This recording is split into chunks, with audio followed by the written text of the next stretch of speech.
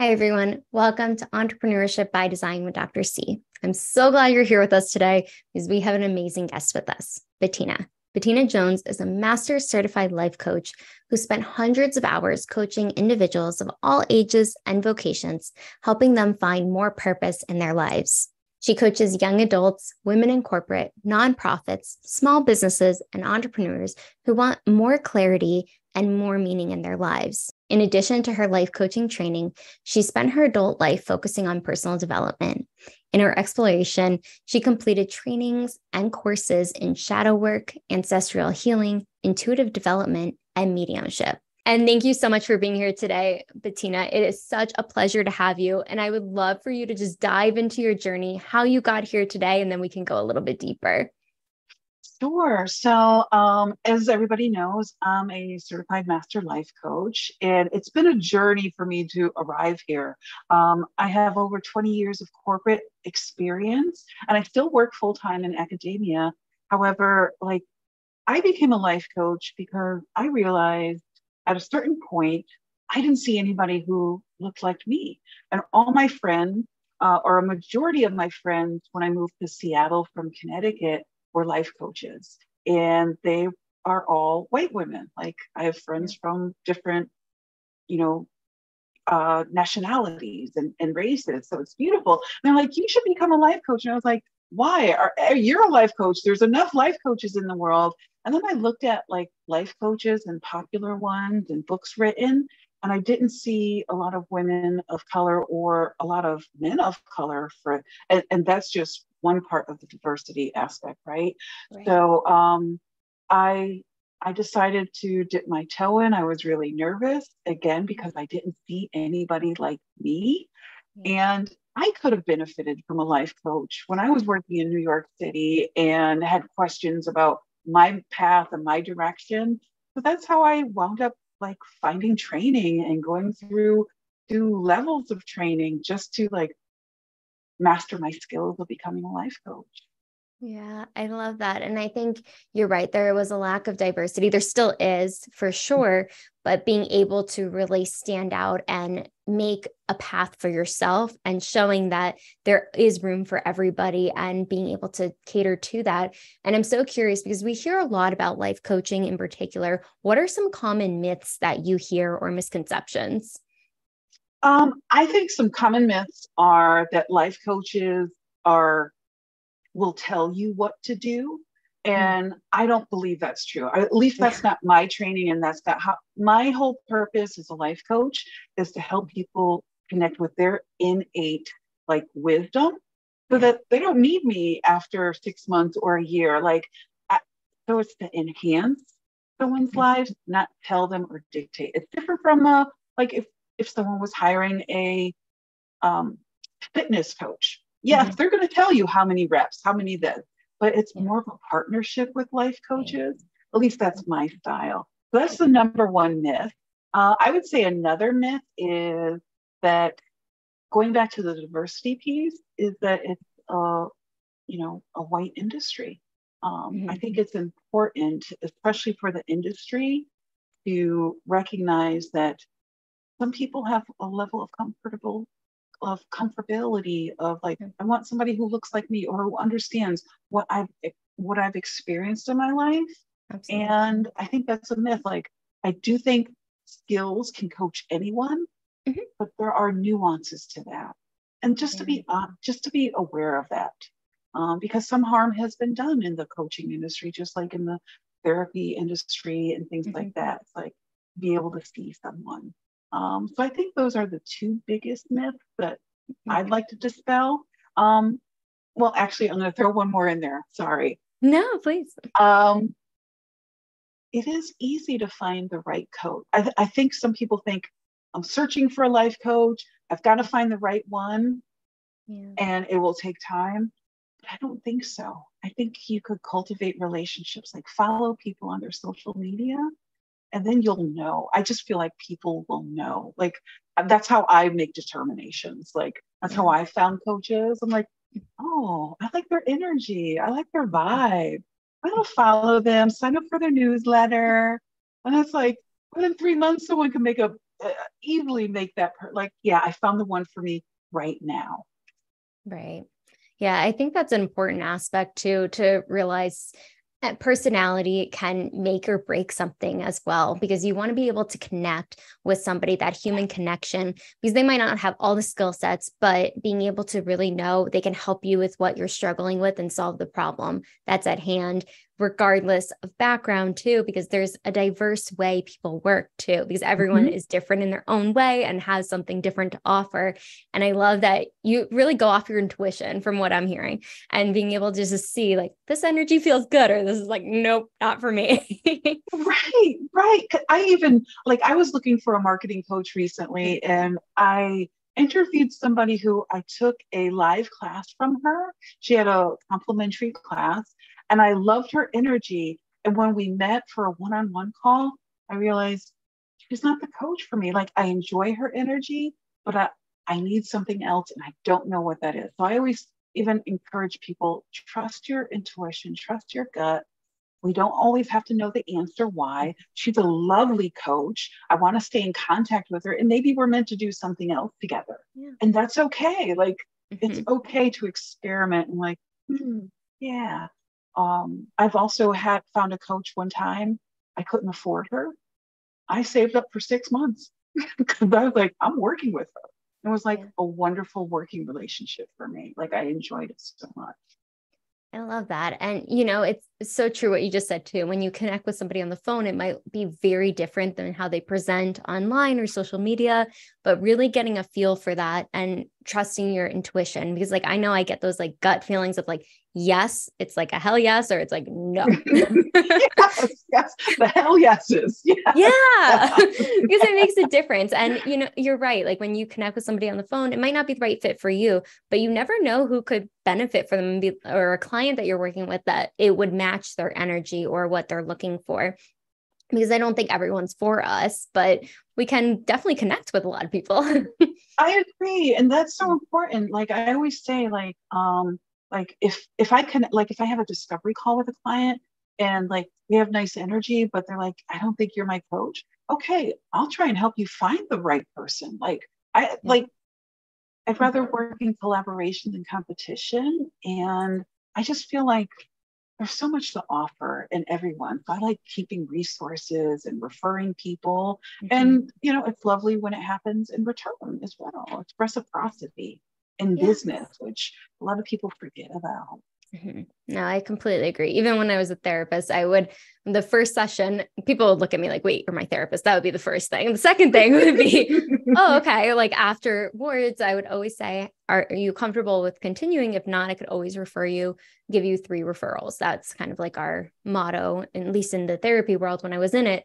But I think too, it's because not everyone's going to fit and match that energy. But I think it's the work you do. It's about transforming lives. And I love that's what you focus on. And I'm just curious, in what ways have you seen life coaching making a transformational impact on the lives of individuals, especially from marginalized communities? How do you ensure unique needs and challenges that they're addressed? Yes. I think one of the first things, like I remind my clients, even people who look at my website, like, remember to ask for help. Like, it's okay to ask for help. And I feel like often marginalized communities, or even every community, but like I'm going to focus on marginalized communities for the focus of our conversation. Forget, because it's like growing up in business, I felt like I had to figure things out by myself. You even hear like a popular coach, everything's figure outable. Well, no, like ask for help, ask for support. It does not mean that we're weak. It means that it's okay for us to be vulnerable. So I would say that's the number one. I encourage like ask for help. And I have to remind myself, I don't know how to do something on my website. I go to specialty groups and I post, I'm having this issue. Can anybody share their wisdom? As well as, I'm not a marketer. I hire a marketing coach. The coaching school that I attended, I see that now they give awards to marginalized communities to help people that from different communities, whether it's Black, Brown, Indigenous, on the spectrum of on the spectrum, as well as LGBTQI, give awards for people to be able to afford to go through life coaching. I think that's fantastic. Yeah. I could tell you a shortcoming that I've noticed either now or a little later, but like, I think it's fantastic that schools are opening up. I feel like it's equally important for instructors to do their own personal work of growth and transformation and diversity, because I've experienced racism in the classes that I've taken, and that's not enough to just invite people in and not change the way that you be people. I also, one of my philosophies in terms of the coaching industry is I want everyone to feel seen and heard, because so often people aren't. Like, just holding sacred space and like, what would you like to talk about? I had this wonderful client for a short period in terms of the coaching industry. She experienced some traumatic experiences in her life. And I think the coaching industry kind of falls short it does fall short in trauma-based coaching, like being aware that there's a sticking point for someone and maybe they need a little support with therapy and a life coach, or we can move through some things because they're very different, if you know. And I think the industry, at least here in the US, has some growth edges in trauma-based coaching. I'm doing my part of learning.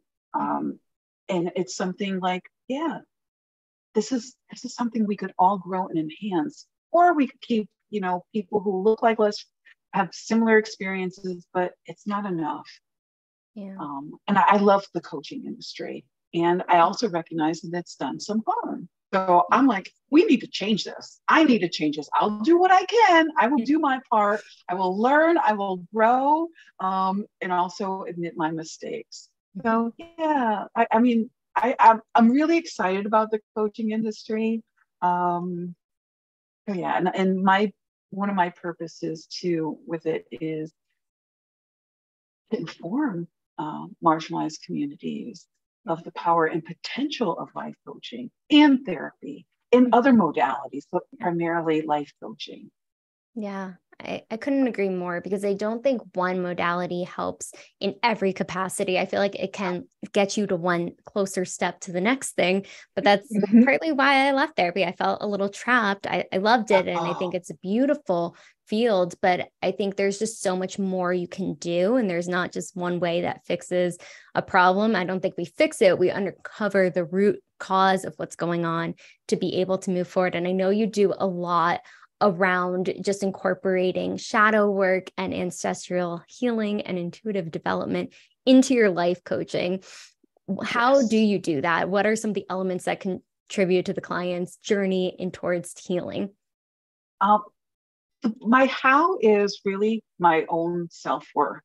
Like when I forgot, I'm sorry, there's a term that's escaping me. I think it's called blind spots in coaching. Like if a client brings something up and it triggers me, I'm like, I recognize it. I'm like, oh, wow, this is mirroring like my life. And it's informing me, I need to do some personal work on here. I need to do so that's how I use shadow work. That's how I use, and that's how I primarily, so it's my own personal work. And that makes me a better life coach. I never put anything or push anything on a client, but I use all my tools internally to help support them.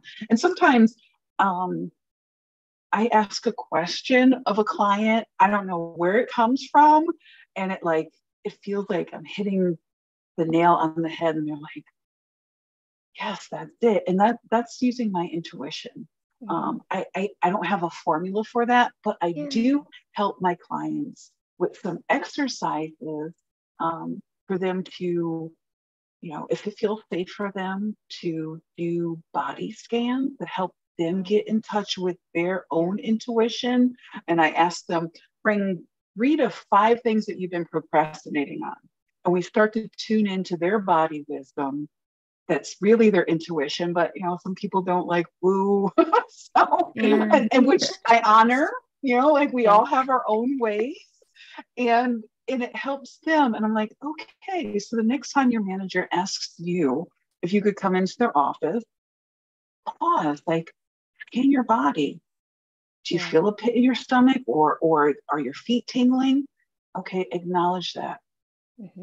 Just acknowledge it, be aware of it. And now, like, it's not going to rule you or take you over when you know, your nervousness or anxiety when you meet with your manager. With like simple tools of like just honing into like, what's going on in my experience? And that's too where I feel like it's really important for me to do some trauma informed like learning, because I'm aware of, I recently had a discovery call with a potential client where she kept on apologizing. She was like, literally, Dr. Caroline, I'm sorry, I'm talking too much. I'll be quiet. And I'm like, no, this is your space to speak. And I could tell like that was part of her culture. Like women weren't supposed to speak a lot. Don't take up space. And like, so she was trying to appease me. And I'm like, this is your space. I'm here for you. Talk as much as you want. And it wasn't, if I wasn't coaching, I could have been, like, if I didn't go through some training, I might have gotten a little annoyed, like, why is she apologizing so much? You don't have to apologize to me. Like, you know, but it's like, no, but she's moving through something. And so I'm holding space for that. I'm sure you saw that as a therapist as well. Yes, absolutely. And it's important to know like the differences culturally too, because you never know like how it can be perceived. You can't assume in certain well, I don't think we should ever assume. Well, we shouldn't, but assuming, I just like caught myself in a ripple effect. I do that all the time. I know what you mean. all the work. Yes. But I love that you do create a safe space and environment for your clients to really talk about these dark moments in their lives, or how it is portraying in their everyday life, whatever the problem is that they're experiencing, but also being able to create that supportive aspect so they can talk about their fears and desires and everything else that goes on internally too. And how do you create that space? Like, what does that look like? I know you kind of gave us a little glimpse. Like, I've been asking this question of myself a lot because I don't know.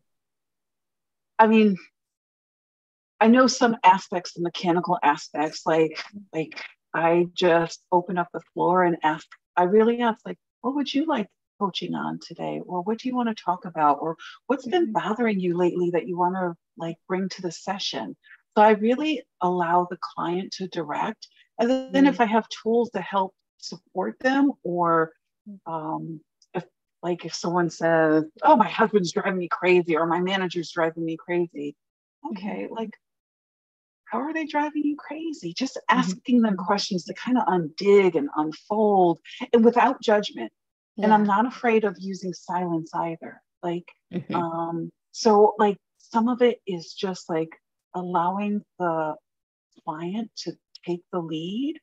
And if we're going off course, okay, well, you said your boss was driving you crazy, but now you're talking about your children. What do you want to focus on? Or what's similar? You know, just like holding space and slowing time down. It doesn't happen with every client, but I love when my clients get in touch with an emotion that they've been denying for a long time, and like tears come.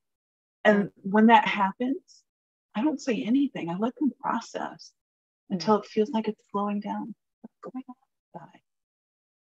Now, like and again, like I drop judgment at the door. Like when the session comes, I am all about that person. Unfortunately, I have not been burnt out. So I think of it as something very sacred, and like someone came to me for support. So what can I like? How can I move out the way, be present, and allow it to unfold? So and I encourage clients, like, okay, like if someone's crying, I like it as well. Like, allow them that process. Like, you don't have to hide. There's no shame, nothing. And I think that's part of it. I don't know why or how it comes. I like to think that it's possibly my presence that allows people to become comfortable with me. And people do share intimate things like, I never told anybody that. Or um, wow, that happened to me 20 years ago. I never thought about it. And sometimes I'll say, do you have the kind of support for you to explore that? It's not something for a coaching session. Like if there was a certain trauma or something like that. And I don't predict anything. So it's really like, I don't know, allowing flow and allowing space and not having an agenda. Like I might have a light agenda, Mhm. and then I'll throw it out of like, yeah, we're going off road here, and I love it. Keeps you on your toes. But I could totally Yes. see like how you have very calm demeanor too, like that warm energy that like You. allows those conversations. And I think that's a huge part of coaching, and just especially when it's something so traumatic that they're working through or processing. I think tears are a really good sign that they're releasing. Because when I first started as a therapist, I was like, oh no, they're crying. But I was like, I didn't mean to. But obviously that was like my first day. No, but it is. It's like so amazing because, and often my clients, like I work with women who are in corporate, nonprofits, entrepreneurs, and small businesses. So we're not even talking about like family stuff, but it always comes in, or their relationships come in, and which is also a beautiful unfoldment. I'm sure you experience this as a client. Like they'll say, I want to work on this. It's like the top of the iceberg, and then there's all this stuff happening underneath, and it's like, and it comes out. I mean, even when I was working with a marketing coach, like I would have assignments. Sometimes like life was happening. I'm like, I couldn't focus. And then we would have a session. I'm like, okay, well, what was going on? And it was like, it was part of it, even though I was there for marketing, but I couldn't, if I can't always focus on marketing if something is disruptive in my life. And I think when, clients come for coaching, it's a whole package. We're whole beings. Yeah. And so our systems have to be aligned. And sometimes it takes a little digging, gentle digging, as much as the client wants. Absolutely. Yeah. And it's navigating too, because you never know what curveball is going to be thrown. I mean, you don't. You can have the agenda. You can have like, okay, this is what we're working on. I mean, I would have it in coaching and therapy, both when I was in both fields, but being able to realize, okay, well, life is happening and you just never know. And it's really, you got to be really quick on your feet too, to figure that out. But I think the space just evolves from it. There is like, especially when you have that connection, like what we were talking about earlier too, of just knowing energy and intuitively, okay, well, this is not what they need to focus on right now. This is what the primary issue is, so they can get to what we were going to focus on. But when you have that roadblock, it's really hard to overcome it if you're looking at something completely different and not addressing that. And I'm so curious, what have been some of the roadblocks you've experienced in building your business? Oh my gosh. I would say one of the roadblocks for me was, you've heard me talk about marketing. Like the coach that I was working with, she's like, you really consider defining a niche. I was like, no, but I want to help everybody. I don't need a niche. And so it took me like the first 2 months of working with her, and we met like twice a month, for me to really like settle into that. Like, and I was questioning, like, is this too limiting? Like, I don't like feeling boxed in. And then we shifted focus of like, let's say you're driving down a 5-lane highway. You have to choose, like, how does it feel when you select a lane, or will you be going back and forth? I'm like, so we used some metaphor. And I was like, it feels better to be in one lane. And so like, after I started to live with it and start to own it, then it really resonated. And then I was able to write copy to like my clients that I hope resonates with them. That was the biggest thing in my journey of like deciding like, yes, this is right for me for now to start with. Doesn't mean that I won't expand or adjust my niche moving forward as my business evolves. But that was the biggest roadblock. I would say the second roadblock is attracting my ideal clients.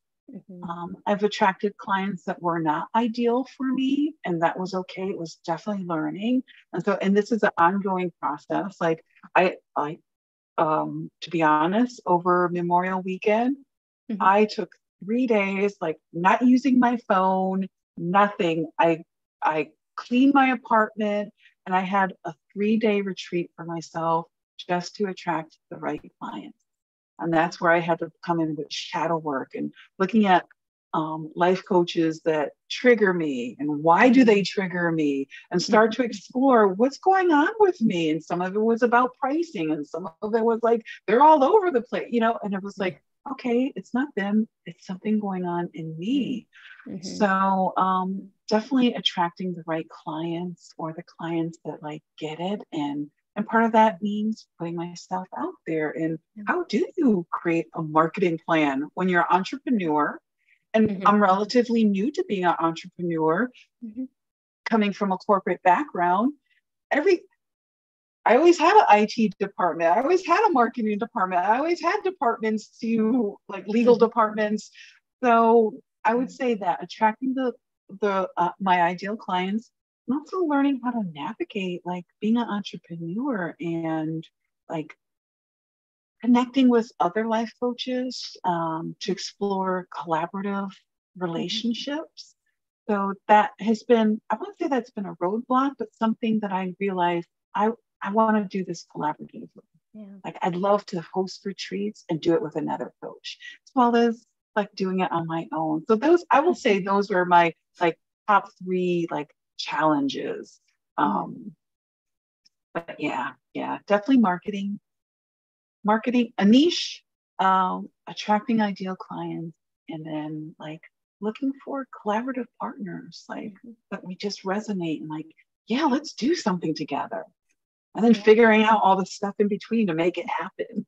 Absolutely. And I love that, because it really goes back to just constantly evolving and personal development, understanding it's never going to be just exactly the same. Like what I started with is completely different 6 years ago till now, but understanding too, it's going to continue to evolve, and just really understanding how personal development plays a big role in that. Like understanding, constantly getting coaches that work for you, that are best served for you, or if they're not best for you, you learn a lot. It's just like, especially ideal clients, you have a client and you're like, oh, this would be a great client. And then you work with them and you realize, no, that's not what I want to do. It's very eye-opening. It really is. Or one time I had a client who was like, yes, let's sign up. And we had a lot of energy. But then it was like, she wasn't ready for coaching. Like we had to put it on pause for a little bit. And then when she came back, it was like, it just clicked and flowed so beautifully. It was like, and it's always an honor to work with clients. It really is. Yeah, absolutely. Because it's especially when they're ready for it. And I think a lot of times people undervalue the aspect of personal development in some pockets of communities and different groups, different people, all walks of life. But what do you think is the significance and benefits to life coaching for clients that might be skeptical or hesitant? Benefits of coaching, I would say someone gets to discover or realize something about themselves that maybe they've been denying or pushing underneath the rug without really knowing, because of busyness of life itself. Another benefit of life coaching is being witnessed, being seen. Like, I like to think of myself as a compassionate, intuitive witness for my clients, meaning they could tell me anything. I'm not going to judge them. I really won't. And I don't think that there's a lot of space in life for people to say, I have a terrible, although I'm moving up the corporate ladder, I have a terrible relationship with my mother or my siblings or my children. Where is that usually acceptable to sit down and slow down? I also feel like another benefit of coaching is go at your own pace. Yeah. And you get to say, this is what I want to work on. And then we'll see what will unfold. But I feel the power and the transformative power of life coaching is an amazing, amazing benefit. Probably the top one. I love to discover when I'm wrong. Sometimes I have a coach mentor, as I was saying, and she was I love the way that she prompts, because she doesn't push. And she just wrote me looking at your website, and I noticed I had to hunt for a photo of you.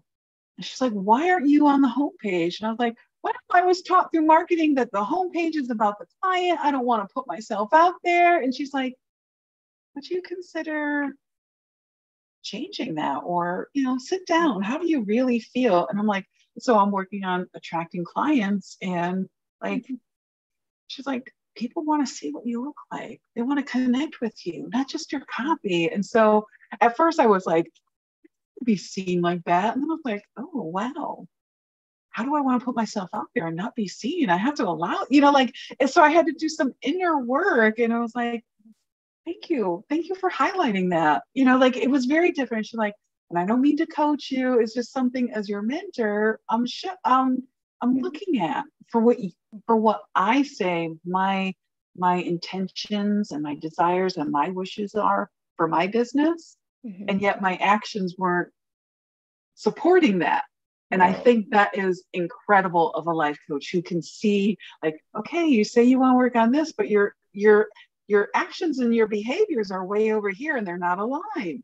So, and I just find that amazing, like in terms of coaching and like having that like perspective of somebody who's not in your life, not attached and not trying to shift things. It's not like your sibling, your partner, like somebody who's like, hey, you said you wanted this, so let's look. Mm-hmm. What's getting in your way? Right. Yeah. And a lot will get in our way, but being able to have somebody kind of see it from a non-biased perspective and just give you a little bit of insight of what they're seeing, because it could be what other people are seeing too. And it can only benefit you, whether you take it or not. But it sounds like it's coming from such a compassionate place to see you thrive in business and get your message out there too. Yes. And that's an important point. We have the choice. I could have accepted that or not. Right. Well, I was like, I'll try it. Yes. And that's what it's about, right? Like being able to try new things and explore and get through the challenges, working through them, working through them. And there's a lot of lessons when it comes to just entrepreneurship in general. But what's one lesson your job has taught you that you think everyone should learn at some point in their life? But it's okay to not have all the answers. Like it's okay to be in that space of not knowing. Yes. Like, and also trusting, like, okay, I have a question. I can't figure something out, or I don't know what the right direction to go in my business, but like stay in that space that feels uncomfortable. Equally, going into the spaces that make us feel stretched.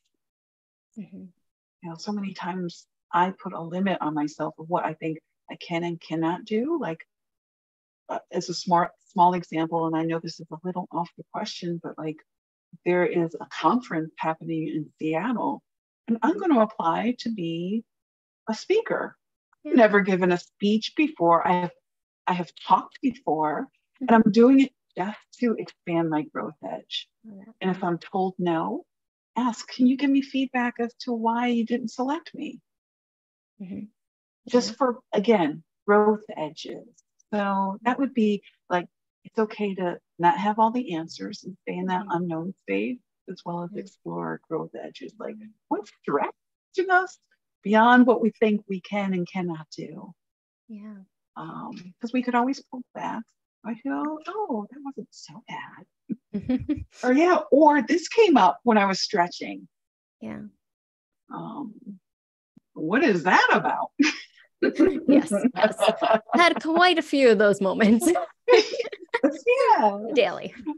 So, and I think, I mean, from my perspective and my point of view, I feel like as entrepreneurs too, like we cannot ignore our own inner work, or I can't ignore that. I know some people who power through. We're taught that, especially if we came from a corporate background, power through, figure it out.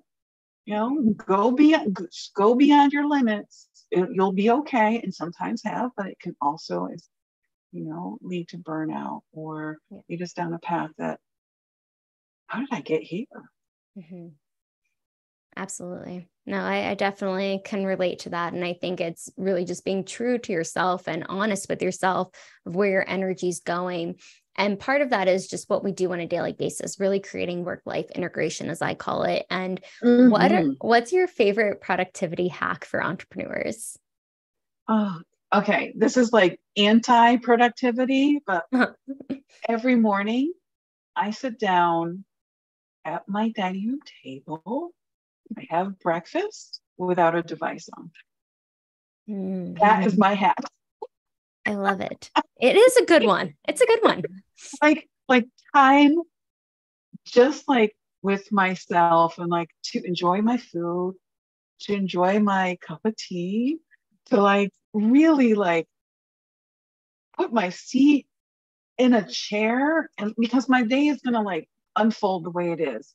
Right. But like other than that, I don't, it could be a challenge to check in, or like, wow, what's going on? Or who am I thinking about today? Like all these things. So that's my biggest hack of like, it's anti-productivity, but like sitting down and having breakfast without a device. It's like powerful. It can be like, feels like an appendage sometime is missing. It's like, nope, I'm going to do this just to set my day. I think it is a productivity hack in the sense that when we slow down and take care of ourselves, it gives us more energy to power through things that we want to get done, or anything that maybe we don't want to do, but we have the energy to do so because we took that time for ourselves. I think that's so key. So even it might not seem like a productivity to other people, but I think it absolutely is. It was a lesson I had to learn a lot over and over again. I finally learned it in the recent years. But I do think it actually does really help. And it's bringing light to that, because a lot of people are like, well, I'm wasting my time by not doing things I need to get done. In reality, you're actually saving time and energy in the long run. As well as creating space for inspiration or ideas that come to us. Yes. Like sometimes I will have a notebook. Like, it's not that I'm asking for anything, but it'd be like, wow, I read an article like 2 weeks ago, and what if I wrote a newsletter and highlighted this aspect because I've been feeling it, like, yes. And so I'll jot it, not to look for the ideas, or I might think of somebody, a friend or a family. I'm like, I'm going to call them. I'm going to send them a note. And they're like, you know what? I was thinking about you too, or I needed a little support. And it was so good to, like, it just allows space, like space, Yes, exactly. And I love it. I just love it. And that space for creativity too just allows you to really think and explore different things and activities and other capacities. And I'm so curious too, because I know you read a lot, but what are 2 books you would recommend for the audience listening? Oh my gosh. So there's one book that I absolutely adore. It's called Rest is Resistance, a Manifesto. It's by Tricia Hershey, who she created the NAP ministry. And it's just full on talking about the importance of resting, like anti-capitalism,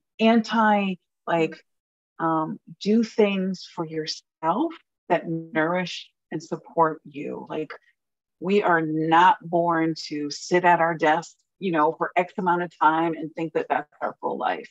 Like, when your body needs rest.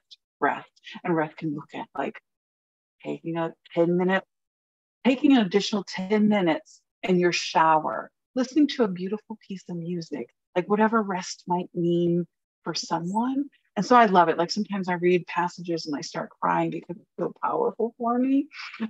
Another book I'm reading is, sorry, I have to look up the title because like I just dive into it and not look at it's Money Magic, Unleashing Your True Potential for Prosperity and Fulfillment.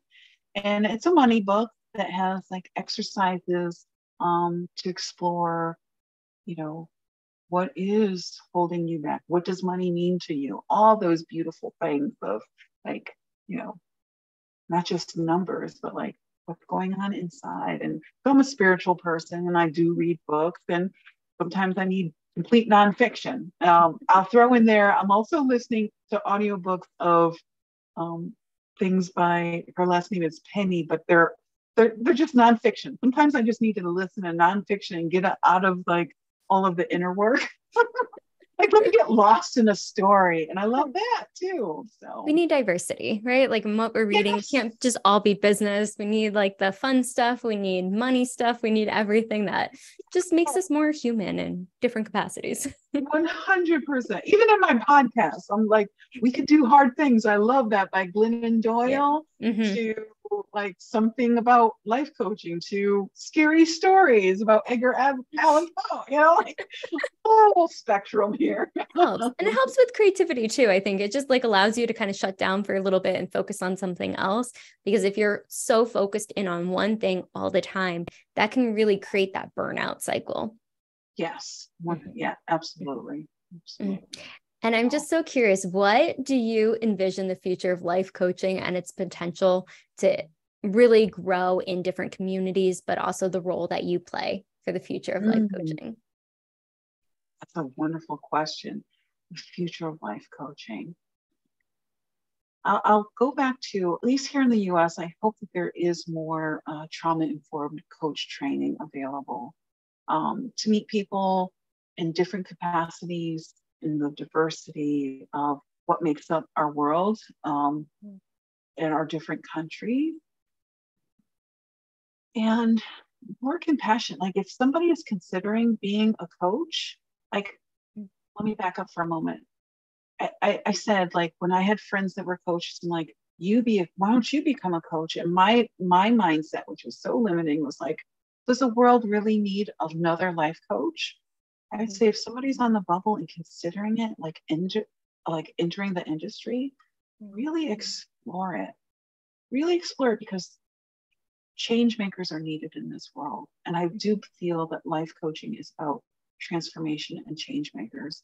And there's so much chaos in our world here in the US, other countries.